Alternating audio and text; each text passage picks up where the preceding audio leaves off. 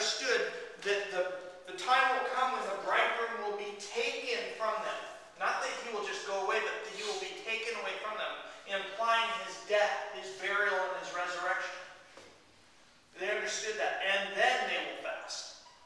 Well, when we fast, right, we give up something so we can be closer to God. Well, there was no being closer to God than they were. Yeah, he was with them. They didn't need to fast. Yeah.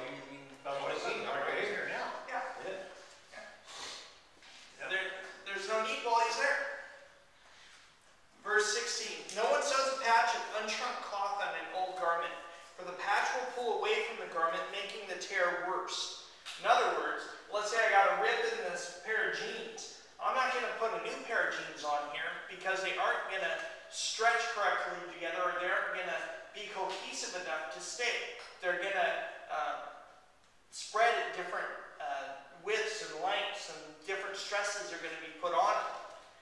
But, and I like this analogy actually better, verse 17.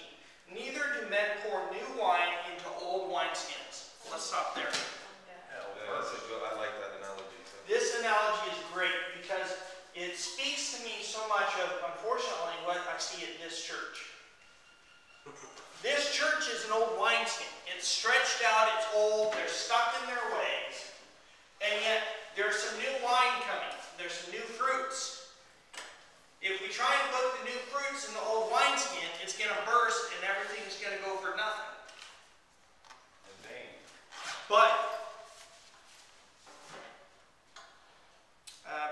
the second half of verse 17. No, they pour new wine into new wineskins, and both are preserved. Renewing of the heart. It's got to be, there has to be a transformation within the church that says, okay, we are nothing but sinners. Who are we to judge prostitutes and gangbangers and all kinds of different people from coming in and sitting and learning about God? Who are we to judge? They're coming here because we have something that we can offer them.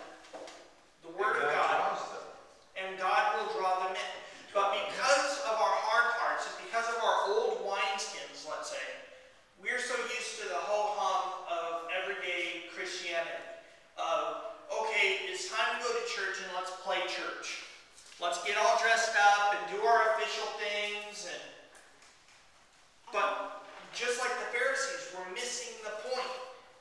I don't get that analogy because I don't understand about wineskins. Well, take a stab at it? Yeah, go ahead. Okay. I think when he's talking about the wineskins, you have to start from verse 14 and see what he's talking about. When they're asking him about these old traditions.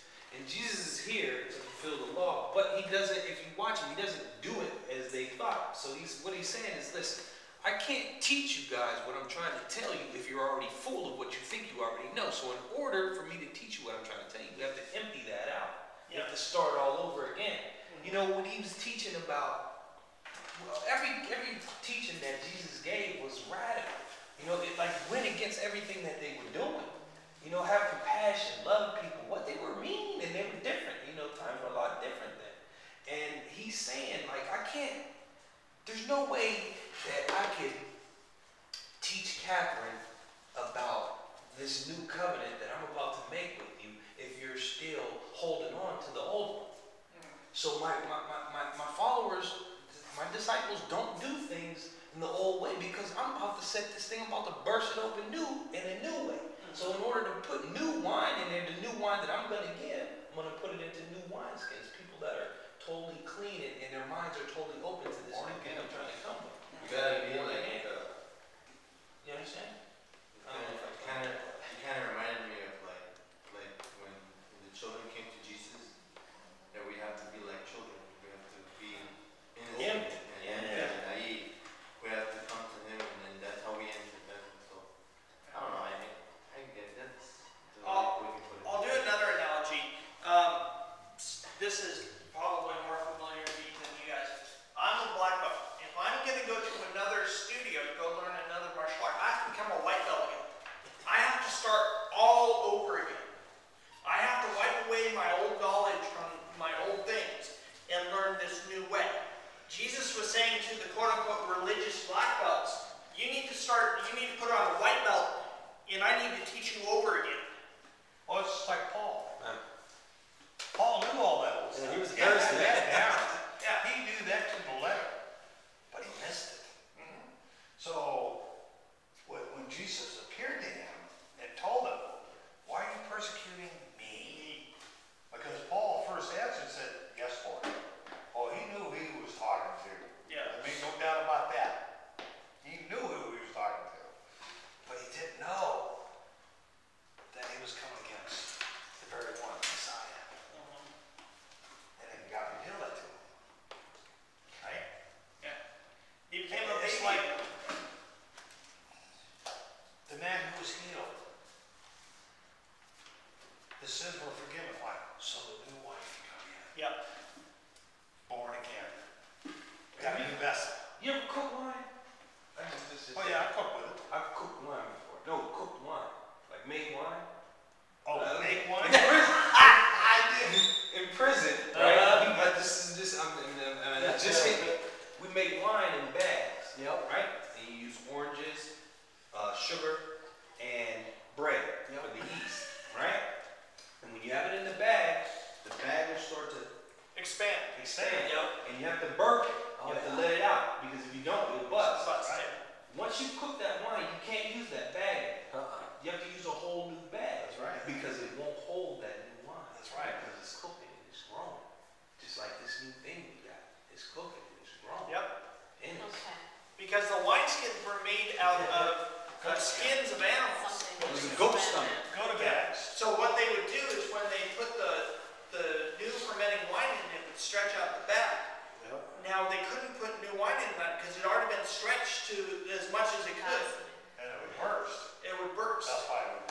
Interesting, thank So you. you put So- it in a new bag. So we have a necessity for a new bag. I remember making wine. We have a necessity for a new spirit. Jesus said, I have come to set you free. I've come to give you life and life abundant. I've come to give you, in other words, a new wineskin that I'm going to pour new wine into. Well, Speaking that of the notice spirit. that analogy you were saying, even at the vineyards today, when they got that wine just right and they put it and they cork it and it's inside of one of those wood Tanks. barrels, Yeah. tanks and stuff, that's got to be burnt. Yeah.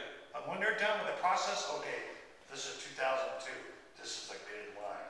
Once that wine is bottled, guess what?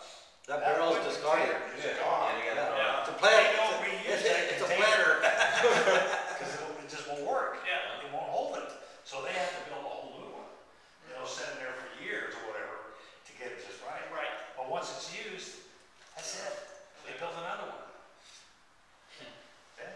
Just like, I look at it this way, God is going to, at the last day, He's going to resurrect our bodies, and He's going to recreate new wineskins.